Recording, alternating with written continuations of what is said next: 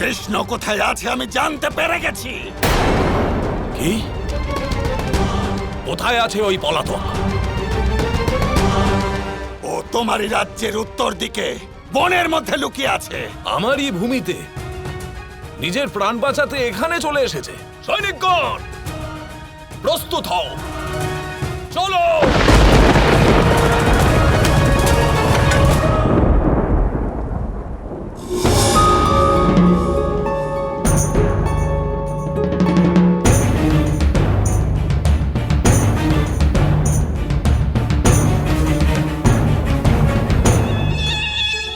কি হলো রাধা, তুমি ওখানে আমাকে একা ফেলে এখানে কেন চলে এলে? ব্যাপারটা কি? কি হয়েছে রাধা, তুমি কাঁদছো কেন? যখন আমার কৃষ্ণের চোখে জল আসে তা আমি সহ্য করতে পারি না। কৃষ্ণ কাঁদলে রাধাও কাঁদবে।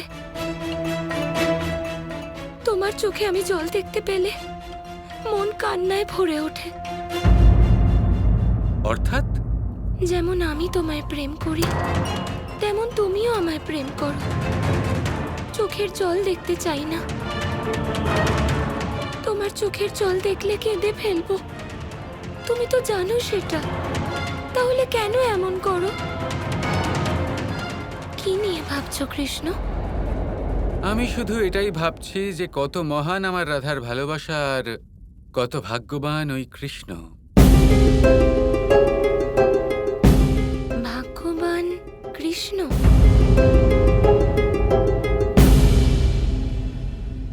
হ্যাঁ, কতটা ভাগ্যবান আমি যে আমি রাধার ভালোবাসা পেয়েছি। এবার আমি সুনিশ্চিত করব যাতে এরকম আর কখনো না হয়।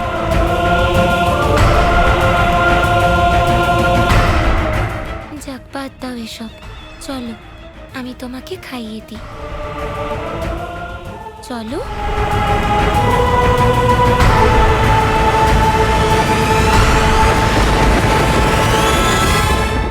আমি এখানে এসেছিলাম দ্বারকা লাভ করতে, কিন্তু এবার আমার রাধাকেও চাই, ওর ভালোবাসা পেতে চাই। আমি সমগ্র বন ঘিরে ফেলেছি শুক্রাচার্য, আদেশ করুন। আমি এই মুহূর্তে নিজের কাল দৃষ্টি দ্বারা দেখে তোমায় জানাচ্ছি যে কৃষ্ণ কোথায় আছে। তুমি সেনা নিয়ে সেখানে পৌঁছো।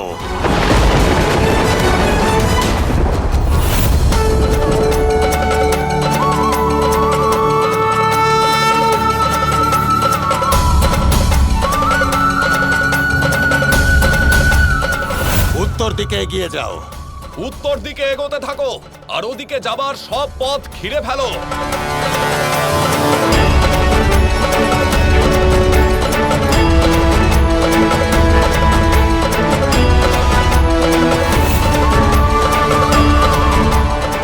কৃষ্ণ আসছে, ও তোমার দিকে আসছে শাল্য।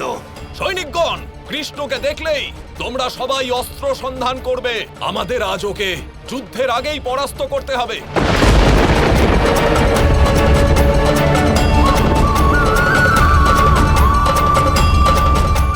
কৃষ্ণ তোমার নিকটেই আসছে, যে কোনো মুহূর্তেও তোমার সামনে এসে পড়বে। কৃষ্ণ যেন আজ বেঁচে ফিরতে না পারে সৈনিকগণ, নয়তো তোমাদের সবার প্রাণ আমি কেড়ে নেব।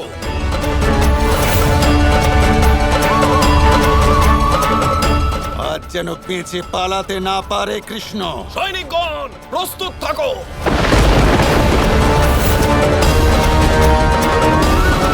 কৃষ্ণ আর কিছুক্ষণের মধ্যেই তোমার সামনে আসবে। আমার আদেশ পেলেই আক্রমণ করবে তোমরা।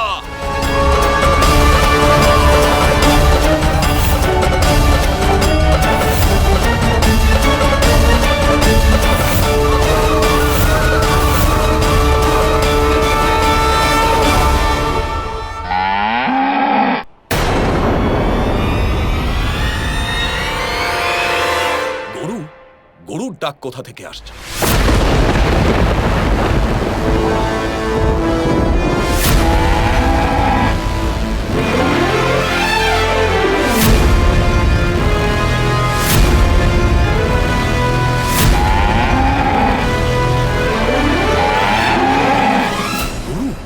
এটা তো গরু।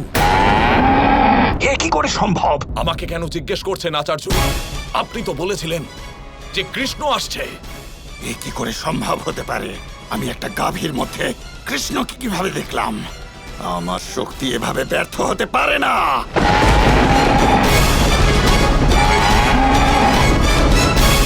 আপনি নিজেই এখানে এসে দেখে যান শুক্রাচার্য। আপনি বলেন না যে আপনার শক্তি কখনো ব্যর্থ হয় না। আজ ব্যর্থ হয়েছেন আপনি এবং আপনার শক্তি দুটোই। আজ আপনি আমার রাজ্যের সেনাদের শক্তি এবং সময় দুটোই নষ্ট করেছেন। এসব কি করে হলো? এ তুমি কেমন খেলা খেললে কৃষ্ণ? আমার রাজ্যে একটা গরু ঘুরে বেড়াচ্ছে, আজ তো আমি এটাকে মেরেই ফেলবো।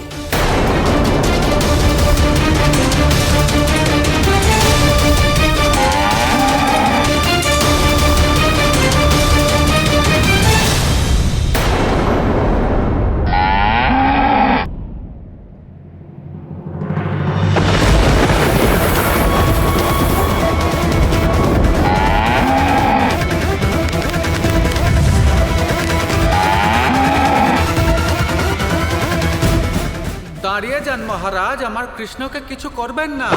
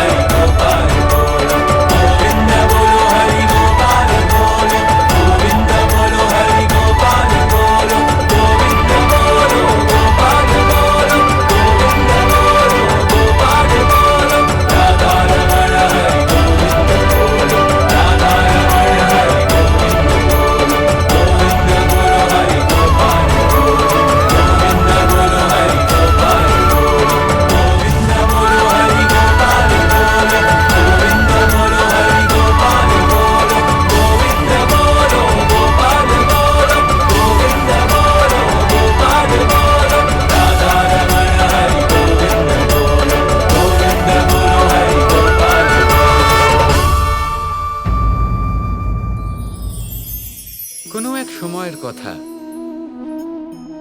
একজন জেলের একটা ছোট্ট পুত্র ছিল। সে ভাবল যে আমি আমার বাবার মতোই মাছ ধরব। তখন সে একটা লাঠি নিল, তাতে দড়ি বাঁধল, আর সেই দড়ির মুখে যে কাঁটা বিঁধে থাকে তাতে চারা ঝুলিয়ে জলে ফেললো আর বসে থাকলো। কিছু সময় পরে জলে একটি তরঙ্গ দেখা গেল। ও বুঝতে পারল খুব বড় একটা মাছ ফাঁদে পড়েছে। ও বল প্রয়োগ করলো, সেটা টানার চেষ্টা করলো। মাছও বল প্রয়োগ করলো, আর শেষে যেটা হলো সেই দড়ি ছিঁড়ে গেল আর মাছ বেঁচে পালিয়ে গেল।